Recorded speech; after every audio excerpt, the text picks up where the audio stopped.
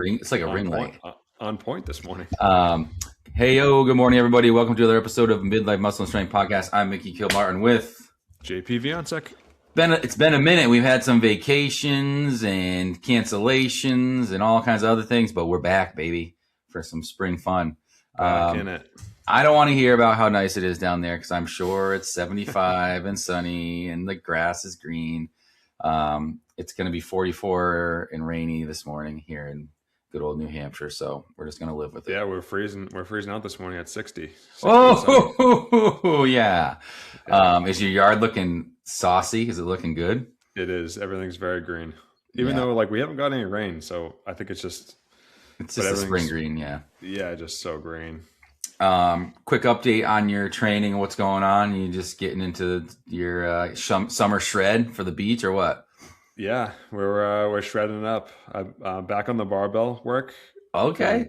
Feeling good with it. So, are you heavy?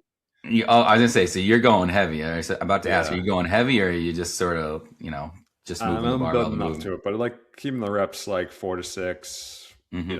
Squat, front squat. I'll do a front squat cycle, then a back squat cycle. Deadlifts, Romanian deadlifts, bent over rows, shoulder press. Those are kind of like the big ones. Pull-ups, dips, those are like in there a lot. And then just accessory stuff. Like, it's funny. I've been doing, sometimes I'll do like the big lifts and it takes a while just to lift heavy. It does. So then at night, I'll do some accessory stuff, and that'll be like a 2-session. It's like a 20-minute thing at the end of the day. Yeah. And then I'll do that like 3 days a week, but it's kind of full body right now. I'm not doing like upper lower. It's kind of like just, I'll complement like, if I'm squatting, I'll be incline dumbbell benching with it just to kind of get it in quickly. But yeah, trying to go heavy, and I don't know, my body feels so good. Like, it's kind of like, oh yeah, this is what I like to do. My body's telling me like, oh, this feels good. Like my joints feel good. Like, I don't know, just like, Are you doing tempo? Are you doing like tempo or anything? Or are you just sort of like just moving, just moving reps, just good moving right now. And then when I think a lot of times when I get to like heavier weight and like, it's, I think it just depends how you feel that day, but I've been feeling good in the morning. So I just kind of move through and body's waking up and, all muscles firing. So, been feeling good with it. Love it.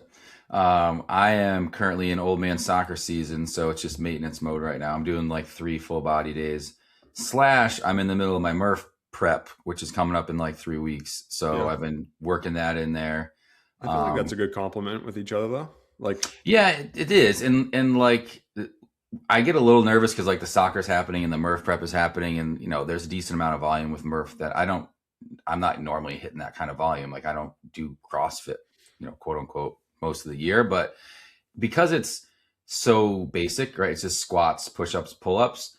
It kind of complements everything else. The squats are a little bit extra on the legs, but I try to time it so that it doesn't affect, my soccer games are on Sundays. So I do my like tougher Murph prep workout on like Thursday or Friday, and it gives me a day or two to recover. And I've been good. And I actually feel like the volume has helped a little bit to feel a little more durable during soccer, but I'm going to be 40 in like a week. So I'm trying to just balance that so I don't go too far and then, put myself in a position where injuries and stuff happen. But, you can't. Do you feel like the physical state you're in right now in your training, you could transition back to CrossFit easier? Or do you feel like, like CrossFit is always like you're ready for everything? Yeah. Do you feel like, I feel like your training's like, obviously you do a lot of the CrossFit methodology, but you add in like a lot of the plyometrics or single jointed movements. Do you feel like you could transition? Like we had a text and someone invited you to a competition. I was interested. I'm like, I think Mickey would do very well. Like maybe with the skill stuff or like barbell cycling, like that's just stuff you don't probably do all the time, but I feel like you would I feel like you could transition to it pretty quickly. So the heavier, I'd have to do like a serious strength cycle of like barbell stuff because I just don't do heavy cleans anymore, heavy snatches, in the front squats, back squats, deadlift stuff.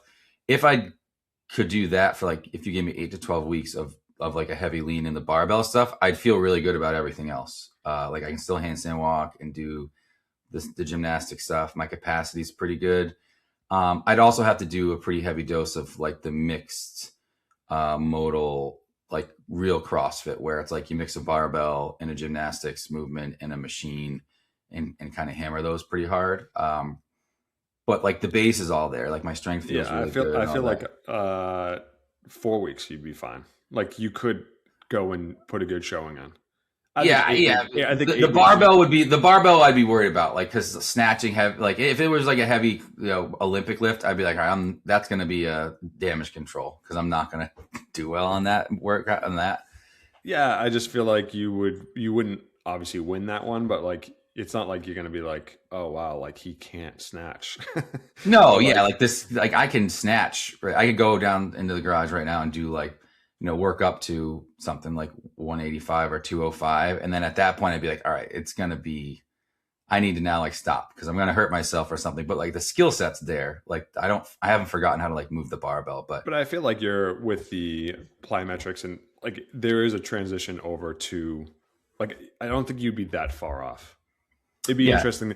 It'd be interesting to see like, okay, like you haven't snatched in a year. Like what could you get up to? Like, yeah, it'd be fun to see, but I also, the other side of this is like the mental part is and I tell the people this, I've had this conversation with athletes that I coach, and I don't know, you haven't coached a lot of CrossFit athletes recently, you did back in the day, but people who want to compete, like you have to be willing to go to like very dark places that hurt really, really bad if you want to win, right? If you want to be competitive.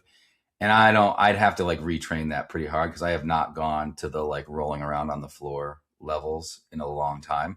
So that would be another side of that training. But yeah. I did notice when I was doing the Murph training that it was like only within a couple weeks I was like, oh, this has gotten a lot easier. Like the first week I was like, oh, this sucks, like doing like running with the other stuff mixed in and breathing, and you just feel that a little bit of hurt where it's like, okay, I'm in the suck a little bit. But after about 2 or 3 weeks, I was like, oh, this is not that bad. Like I can just sort of sit in the suck for a while and just soak it up. So it does come back pretty quick. But I feel like recently, like I probably could, like lifting heavy brought back some memories of like, oh yeah, it's training for CrossFit or even some, bike sprints or some cardio stuff. You're like, oh, like I could get back into it, but then I'm like, oh, why? Like, what? I don't have the why anymore. So it's like AA for CrossFitters. It's like you can't, if you have a little bit, you're gonna relapse. Yeah, I was like, no, I'm good. Like I think like I don't know, just where we are in life with kids and age, and it's like I don't know, I don't feel like I need to do it.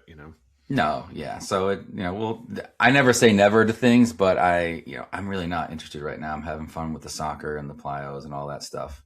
Yeah. And most importantly, like you said, like I just feel good. Like there's a lot of things that kind of bubble to the surface when you're training for CrossFit and you're pushing that envelope a lot most days in the gym. Shoulders get cranky, hips get cranky, knees and things like that. And I don't need that right now. Yeah, it's funny. I would feel fine with any aspect, but I don't want to do any gymnastics. Like, I don't want to go upside down. Like, I don't want to. That was like the old school team. Remember the old school regionals at team CrossFit? You could like have specialists, so like you could just do barbell. I'll just do handstand push-ups. That's it. And and then that's how you find a team with all those pieces, and that's how you'd excel. Hey, that brings us into our topic today of what pieces are people missing in their training? Yeah. What categories? What are they missing and what holes do they have? So we started talking about this a day or two ago about what we could have on our next episode. And it was something that I think we both run into a bunch as coaches, right? Is that it tends to be certain populations have specific gaps. And it's not to stereotype people. And we know that there's a lot of great athletes out there who do a lot of things or everything that they can to be good at whatever sport or hobby they have. But a lot of times there are groups who just have like a blind spot, I guess is the best way to say it. Like they're missing something that would make them more injury resistant and resilient, or excel more at their sport, or just feel better and move better and have better performance. So we started to compile a little list of things like about these these groups and talked a little bit about and are going to list off some of the things that we think they could do to do better and feel better and perform better. Yeah. So you want to kick it off with your first category and first idea here? Let's talk about baseball players. Ooh, okay. What are they missing? What are they missing, Mickey? What do you think a baseball player is missing? Do you want me to guess what you're going to say? Yeah. I'm going to guess, I would say better like shoulder maintenance and like rehab stuff. That would be my guess, but I'm not sure where you're going to go with this. Yeah, no, I think that's definitely on there. I think the mobility side and, just the stability in shoulders, I think would be huge. I also thought about like ground reaction force. Oh, okay. A baseball swing is a lot of like pressure into the ground. So it's not necessarily lifting, right? So you're not like a squat. Yeah, you're putting pressure to the ground, but it's more like the deceleration, acceleration, plyometrics. I think like pushing into the ground and applying your body force. I think I don't see a lot of, and maybe that's just something I don't train a ton of baseball players, but I think you could get a lot more out of athletes with like, depth jumps or lateral jumps or like where you're slowing your body down, you're absorbing force and then, accelerating it out of that. I think that's kind of like you see a lot of, baseball players lifting or playing baseball. But I think if you could spend some time with some more dynamic efforts like that, I think that you'd see, it would translate to, and maybe even the movements are specific to the baseball swing. I think a lot of athletes would get a lot better with that. So yeah, that was similar to golfers too. Is that were you a little bit inspired by your golf? I was swinging stuff. Yeah, it's been interesting that it's not the way you think you should move, like golfers. Like it's like it's a lot of like pushing off your front leg, pivoting around your front leg, but like absorbing, like kind of bending into it, and then exploding out.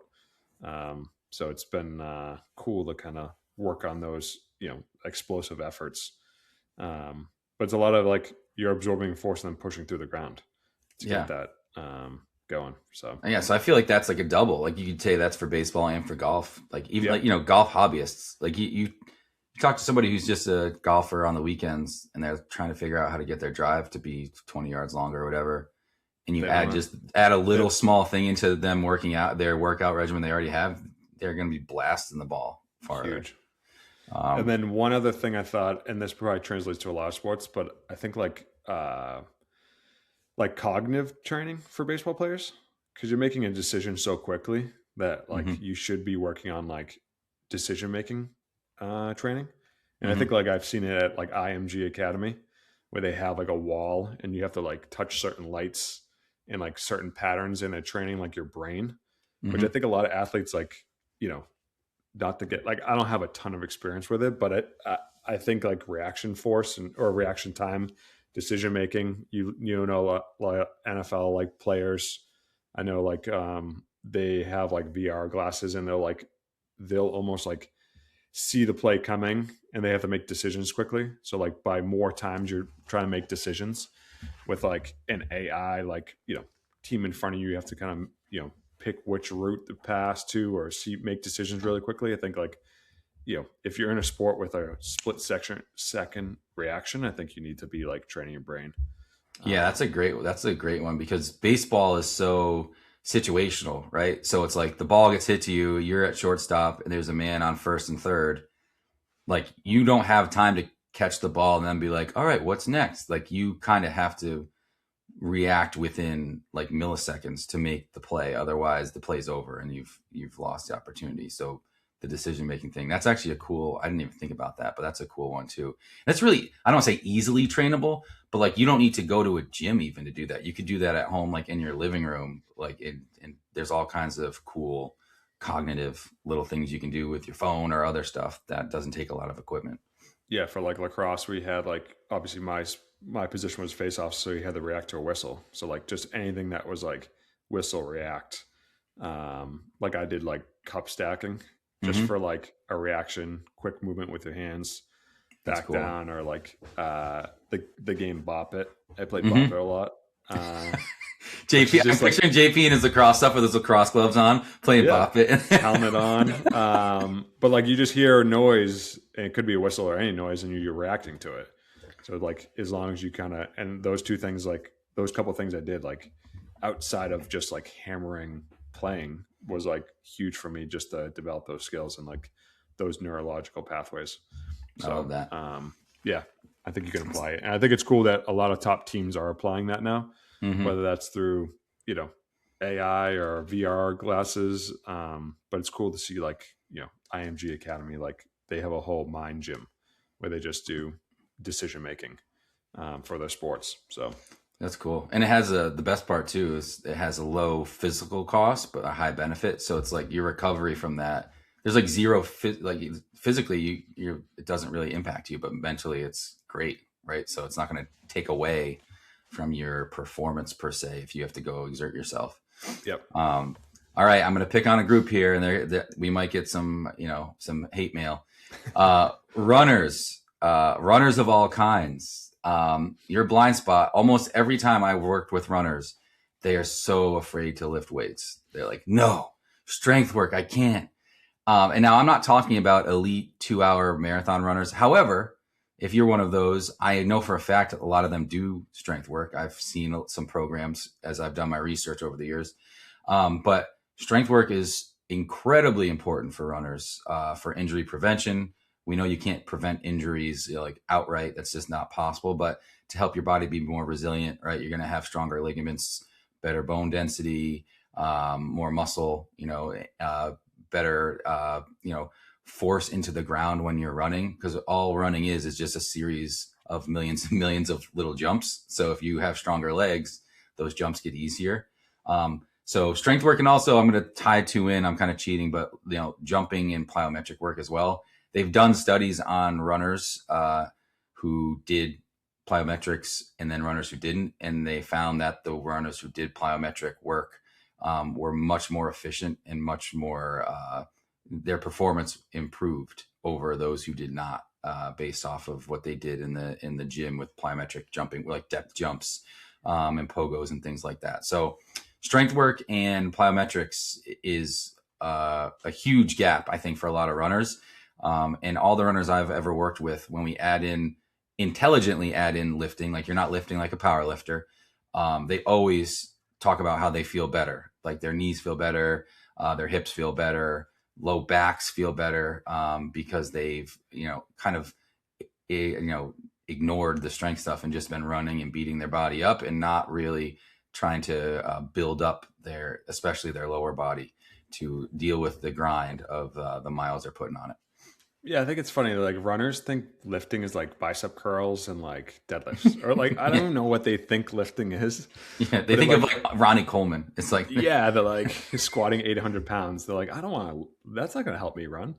And it's like, yeah, like split squats and single leg deadlifts, split squats, yeah, and like some pogo jumping, like would go such a long way for people. And I think you look at like a recreational runner who's just like doing it for health. I think they miss it a lot more because they're like, oh, this is the best thing for me. And they might not have the knowledge or skill set to do the lifting. Like that just might not something they've ever done. But like it would make the biggest difference for like if you want to get better at running or you want to just be healthier. I think like adding lifting plyometrics in. And I think like a big thing they miss is like mobility. Would be something I'd add in, like just like the recovery aspect. I think every group of athletes we talk about are going to be, I think two things they can improve on. Every athlete is sleep and recovery and food. Mm-hmm. Like, I don't think unless you're very elite and the team's doing it for you, like you're at a D1 college and they're doing your own nutrition, like every athlete's missing out on those things. And that's just like such easy things to add in. But I think that goes for every group we're going to talk about today. Yeah. And the dose too, like what would you say? I would say I've had runners who just they do 2 lifting days. That's it. They do 2 full body days. And they get a ton of benefit. They basically run Monday, Wednesday, Fridays essentially, and they would lift on like Tuesday, Thursdays and see huge benefits from it. Feel great, run great. It didn't take away, they didn't get slow. If anything, they got better and were able to put more miles on because they felt stronger, and just fitter. So Yeah, I think runners can do like would be better with less, like a lot of because the volume, yeah. the volume's too much running. But I think like I'd even say 1 2 days is perfect for runners. I wouldn't even do like I'd rather see them rest and recover just because they're doing so much strain on their body as it is with running, Hmm. with the amount of miles they're running and yeah, they'd see a huge difference. And they're not going to like, I think the other stipulation with runners is like lifting is going to make them bulky, but like 2 days a week of lifting, I try to get bulky and I don't get bulky. Like Yeah. they're not going to get like, and I lift heavy, So yeah, I think there's just some misconceptions for the regular, Yeah. person who runs. And then there's that like elephant in the room of the, you've heard of the interference effect. Like, oh, if I lift, it's going to make me slower because like my body can only do two things. Well, yeah, if you're lifting, like if you're maxing out, on your actual lifting days, yeah, that's going to take away. It's going to hit your CNS, and you're going to be pulling out of the running bucket to drop into the lifting bucket. But you can lift just for like maintaining and building a little bit of strength. You don't have to be trying to PR every week, and you'll be totally fine. You're not gonna. So let's flip it to the other side of running, where you have a sprinter. What do you think a sprinter? Because a sprinter essentially shouldn't be running long distance, so it's not like someone. No, their dose is small. Yeah. Right. So like, what would you say? Like, obviously, lifting. They're probably lifting. They're doing plyometrics. Like, I'd say a sprinter is like almost like. Obviously, there's other skill sets they might be missing out on, but like, where would you put a sprinter? As far as What would they be missing in their training? most sprinters, like if you're like sprinting competitively, they lift enough. Probably they probably do enough plyometrics. I would say the one thing they might be missing is like mobility, or they might be missing a little bit of conditioning if they're leaning too heavy into the sprint stuff. In doing maybe one session that's a little bit longer and lower intensity, that can give them a little bit of conditioning, but that's about it. Usually you need to tell them to do less because the sprinting is so intense and they're usually lifting pretty heavy that you need to really be careful of not overloading them with what they're doing, because they're just walking on a knife's edge. But I'd say if anything, I'd say a lot of them are missing like a tempo run day, like a day where it's low key and they're just building up a little bit of a aerobic capacity because they're so focused on the sprint stuff. Yeah, I would say like not even, I don't even know if cross training would be it, because obviously you want to be good at sprinting, but just doing something different. I think like a GPP thing, like just like generally physically, like loaded carries or something like that. Yeah, just like mixed in there. Yeah, that's correct. I like that. And obviously, like you would say upper body, like you'd be like, hey, like what do you like? Yeah, lift for the upper body, but it doesn't really translate to what they're doing. Mm-hmm. Even though every sprinter I've ever seen is like jacked. Like, yeah, a lot of them bench. There's like a lot of studies about bench pressing for some reason. Charlie Francis, famous track coach, had all of his guys bench press, and they could all bench like 400 pounds as Olympic sprinters. And his whole argument was just that like you want to be, as an organism, you just want to be strong. Like you want your body to feel stimulus that's like difficult, because you are putting it under lots of stress as a sprinter. So you need to just be strong everywhere. Yeah. Yeah, that synergistic approach. I think like even someone who has really strong legs, if you see someone in the gym who has really strong upper body, right? So they just bench, they pull ups, they don't necessarily have big legs. But if you see someone who like has really big legs in deadlifts and squats, no way they have a small upper body, just because everything they're doing is, like, and even if they don't train it a lot, like they'll just go put up, 225 easily, right? Like they might just do push-ups and pull-ups, but they can just crank a barbell, like bench press pretty heavy, which most people can't do the other way around. Right. All right. Who's your next crew we're going to pick on?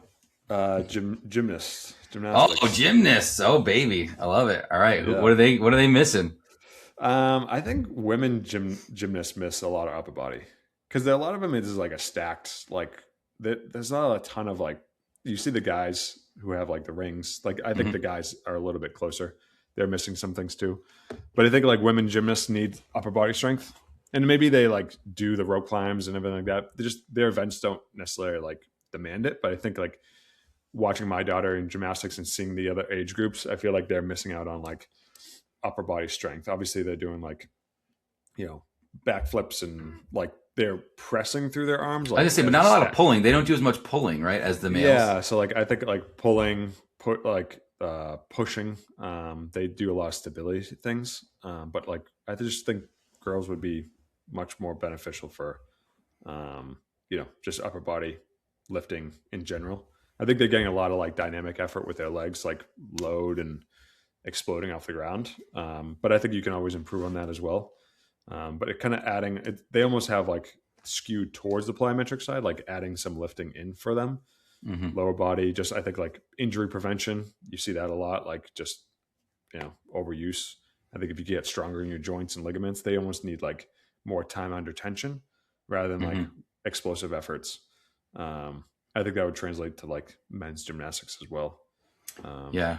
I would say gymnast wasn't the one I had on my bingo card, but I've seen a lot of like wrist stuff because my daughter does gymnastics, and like a lot of the girls, and I'm not a gymnast, never was, and I don't know, I'd have to do some research, but I feel like that's a $1 million idea if you could find like a wrist program, or if you could, something to like tons of wrist injuries, lots of girls with wrist braces on and stuff ankles, like that. Like, but it's more like they don't have a strength, like they're not doing enough strength work. That's what I mean. So like strengthening forearms and, all the hand and arm is like a super complex, piece of anatomy. So you'd have to really dive into it, but I'm sure there's some stuff you can do to strengthen your wrists and arms, but you don't want to also sacrifice mobility. So you're going to find a sweet spot there. But I think at a young age, I've seen that like they just get thrown into it. They might not be doing any strength training. Like even in the warm-ups, it's like more mobility. And then you're just jumping into like, okay, let's do, some move. Like, I don't even know what they are, but you're just landing on your wrists. And it's like, there's no progression. That's a lot of impact. Yeah. A lot of impacts like right away, where like if you did exercises, mobility, strengthening for wrist and ankles, I feel like the injury prevention side, you would have athletes like lasting a lot longer. I feel like in my experience seeing gymnastics, even high level gymnastics, it's almost like who can survive. Yeah. Like they're just like, who's been drinking their milk? Yeah. Like who's going to make it? There's a lot of people who are going to fall off, but they're little injuries that like a wrist or an ankle, like I think is preventable. Like a lot of people are like, oh, it's just a weak point. It's like, no, your elbows can get stronger, shoulders, ankles. I feel like at a young age, they should spend less time on skills and more time on the developing the capacity to do it, than just like, hey, just, do this, Yeah. It reminds me of like whenever I start a new plyometric block, and I stole this from Fred Duncan, and from one of his programs that I did in the back a year or two ago, is like doing just drops off of a box and landing and absorbing, not jumping. And like literally doing that for like a full block before you even start doing depth jumps or anything like that. And similarly, like with your wrists, like you could just do like drop off of a box and land on your wrist and like progressively get higher before you start doing a back handspring or something else that's like so much force through your wrist before you've even learned how to absorb it. So your body can adapt and sort of, become more resilient to that force. That type of stuff, I think, is what you're talking about. And I think is actually really a smart way to progress rather than just jump right into the skill, form the base first before you do the skill. Even static holds, like, before you start a program, like I think static holds and just dropping, like absorbing force is like huge. Like you need those capacities before you like go to that super high level. And it's interesting to think like, oh yeah, we're just gonna not do anything and then we're gonna just jump off this box, or we're gonna do this like back handspring, which is like absorbing way more force than just like we've never done before, So I feel like it would cut down on injury prevention. Obviously it would take away from the skill time of doing the movement, but I think like, I don't know, gymnastics, it just seems like everyone's rushing to get to certain skill level. It's in the long run, you're in a better spot if that's if you're thinking about doing gymnastics long term. What's the rush? You want to be healthy and be able to train for a long time. You gotta form the base, right? Yep. My next group, they're rabid. They're a rabid group of people, and I'm going to pick on them. It's CrossFitters. Okay. Um, and there's a lot of things I think CrossFitters are missing, if we're being honest. And I've talked about this on the show a bunch. And I program in a way that for CrossFit athletes that I work with, in a way that I think what they're missing, I try to put into my programs. But this is the main one, I think, for like your everyday, CrossFit class athlete who just goes in there, they want to get their workout in, is like single joint bodybuilding strength work, like doing curls, tricep extensions, dips, strict pull-ups, dumbbell rows, and these aren't single joint, but like bench press, just the like basic strength stuff that they don't have time. I get it. A class is an hour long. A lot of times they can't fit all of this extra stuff in there. They're trying to give you a warm up, trying to give you like a one big lift of the day, and then get you through a Metcon in an hour. There's just not enough time to do all that stuff. So if you're doing the classes, and when you have that Saturday open gym time, I really encourage CrossFitters to do strict pull-ups. And if you can, do weighted pull-ups, strict dips, do weighted dips, do scap pull-aparts, band face pulls, do an accessory work program of some kind, or regiment, to help you, number one, avoid injuries. Number two, it's going to make your gymnastics way better. Like if you're trying to get your first pull-up or your first muscle-up or your first handstand push-up, having strong triceps is like the way to do it, right? For a strict handstand push-up. If you want to get your first muscle up, you better be able to have strong pull-up. So the list is just endless, but that's like a huge gap, I think, for a lot of just basic CrossFit athletes. And when I used to coach I called it bodybuilding class. It was one of the biggest compliments I would get is people saying like, "Oh my gosh, my shoulders feel so much better. Oh, I got my first ring muscle up," or and that was the piece I was missing for them. They were doing my class, getting that basic strength work in, and everything else started to come together when they would go do Metcons in class. Yeah, I totally agree with that aspect of it. They just for being a well-rounded program, they just don't have time. Like this, it's an hour is not enough. Unfortunately. Well, you used to run a gym, like, Yeah. and did you like? It's not possible, right? Like to do everything and coach all the people I think if you along. went 5 days a week and you followed the program, like we talk about this programming wise, like I can write a 5 day a week program and you kind of hit everything. Maybe like it's a, power lift. And then it's like, okay, we're doing some explosive stuff or a carry. And then we're doing, if you come every day, but no one comes every day. So then you're like, have the people come 2 days a week and they're like only hitting 2 Olympic lifts or like Or missing out. they're cherry picking the workouts.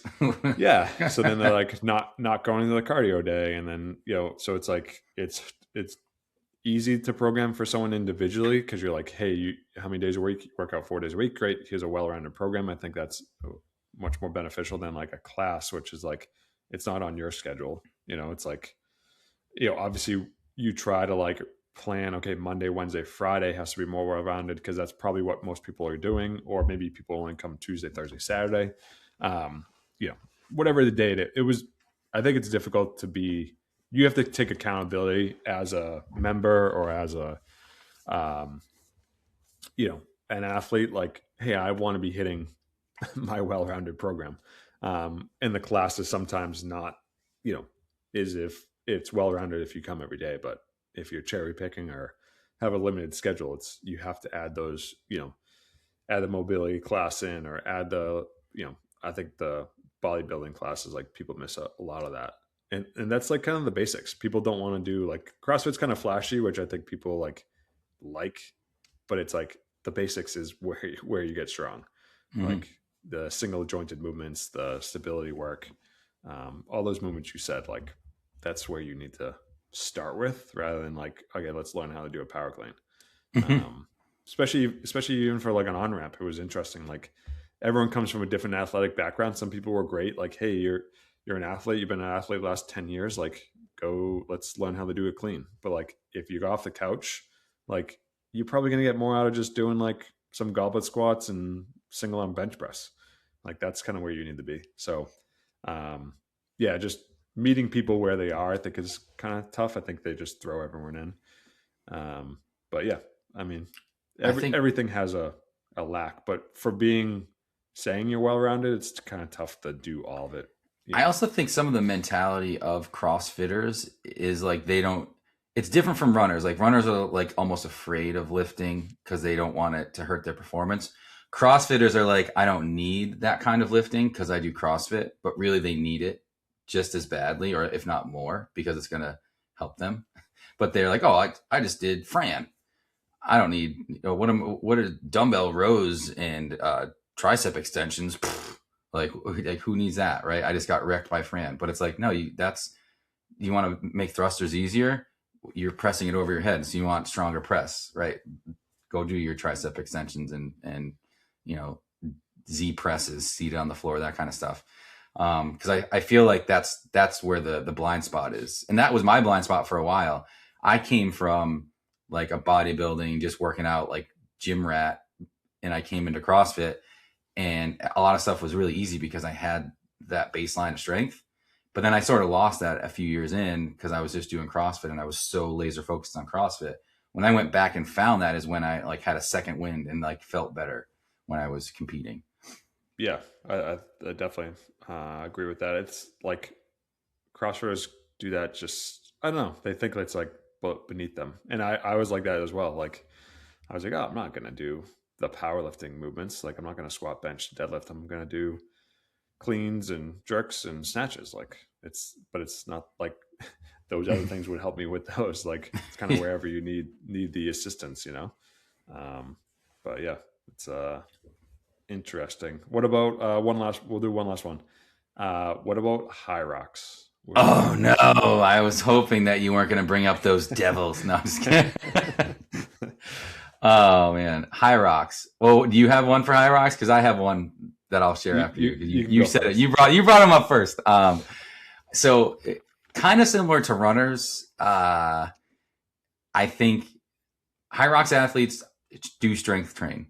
I know I've seen a lot of them do strength train, but I think what HYROX athletes are missing is more of a like their strength training is too HYROX focused. Like I've seen HYROX programs and stuff, and it's all like just they basically do strength training focused entirely around like the movements they do. So it's like, okay, I do walking lunges in a HYROX race. So their strength work is like weighted walking lunges, which is not a bad thing, right? But it's like, well, what if you like super loaded some Bulgarian split squats and made them super heavy? Imagine how much easier that lunge would be if you could hold 100-pound dumbbells in each hand and do 5 reps on each side.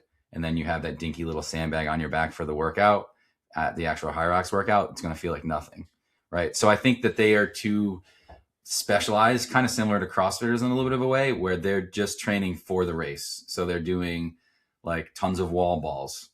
What about doing like some heavy front squats so that the wall balls are super easy, right? Like, so that kind of thing. So that's the blind spot that I see for most, and HYROX is really new. So we're still feeling it out and still learning about it and who the elite athletes are. But from what I've seen, they are just specializing in HYROX movements and not using general strength stuff to make HYROX better. I think it's like almost a mix of like what runners are missing. Because I think like you look at a HYROX athlete, like they're runner probably based, and then they're like, oh, I'm just going to do this stuff. Like it's not really lifting. But like I think that one of the best visual examples of this is like Eddie Hall, who's like the world's strongest man out of England. And I think he has a world record for like 30 clean jerks or snatches. Grace, yeah. Grace? He never does that. Like he never does those 30 reps in a row. Like, but it's at such a lightweight for him. Like 135 pounds is like nothing for him that like he blasts through it like 30 reps all at once. And I don't think people understand that. Even for me going into CrossFit, I have very strong legs, like could squat well over 400 pounds, and like wall balls like was a rest for me.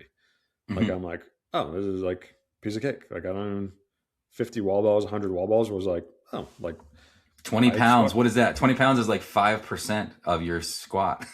Yeah, it's like nothing. I could do that. It's like it felt closer to an air squat than it did feel like anything else. So it's like where if you had a runner who didn't lift and their legs are like have a ton of endurance, like eventually that weight's going to break them down faster. So I think like my answer with HYROX would be just similar to yours, would be like organization of their, like they're just not organizing their training. They're a little scattered. Scattered, yeah. Or so focused on what they're doing, they don't see like the bigger picture of what else could help them. Mm-hmm. Similar to CrossFit though, like there's more things out there that could help you than just CrossFit movements. Yeah. So. And I think, I mean, like I've seen the Hunter guy who's like one of the elite HYROX. He's one of the elite ones because I think he's sort of cracked the code. I've seen him do like just straight up strength work, right? I think a lot of HYROX athletes, similar to a lot of CrossFit athletes, like just doing pure strength work versus like everything's got to be a Metcon or conditioning. Like every HYROX athlete that I've seen online or a lot of HYROX workouts I've seen, it's always like just a circuit instead of like just do 5 sets of 5 squats and rest. Don't run in between. Don't, there's a time for the conditioning, but separate the two things and you will get better. Like it's not going to make you slow, right? If your front squats, if you have a monster front squat, like you said, those wall balls are going to be nothing, right? If you have super strong legs, that sled push is going to feel like it's empty. If you do, and I think people get it wrong too, because I think also too, it's like similar to what we began the conversation with is like you doing a CrossFit competition. The strength takes the longest to build. Like endurance wise, you could jump in 4 weeks and probably be fine. Like it'll probably take you 8 to 12 if you want to be like the strength takes the longest, twice as long as the cardio.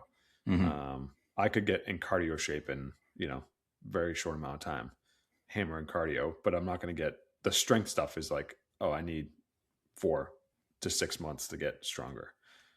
Just longer time period. Which I just don't think people spend enough time in that strength phase. They just want to jump right back to the cardio. Yeah, and you're not going to lose it. Like if you ratcheted back your conditioning a little bit and put a little more into the strength bucket, it's not like all of a sudden your running numbers are going to tank or your ski erg numbers are going to tank. You might not see a difference at all. They probably will stay the same if you're still doing a little bit of conditioning and more strength work. Yeah. So I agree. HYROX, I can't believe we just picked on CrossFitters and HYROX people. Oh man, we always go back to it. They're gonna come after us, man. They're gonna come get us. We're getting canceled. Don't. My address is not listed anywhere, so I don't want any hate mail from anybody. JP, where can people find you if they want to hear you talk more smack about HYROX and CrossFit? JP Wiz on Instagram. You can find me at the Dabbog Chronicles on Instagram as well. Thanks for listening, folks, and we will see you next time.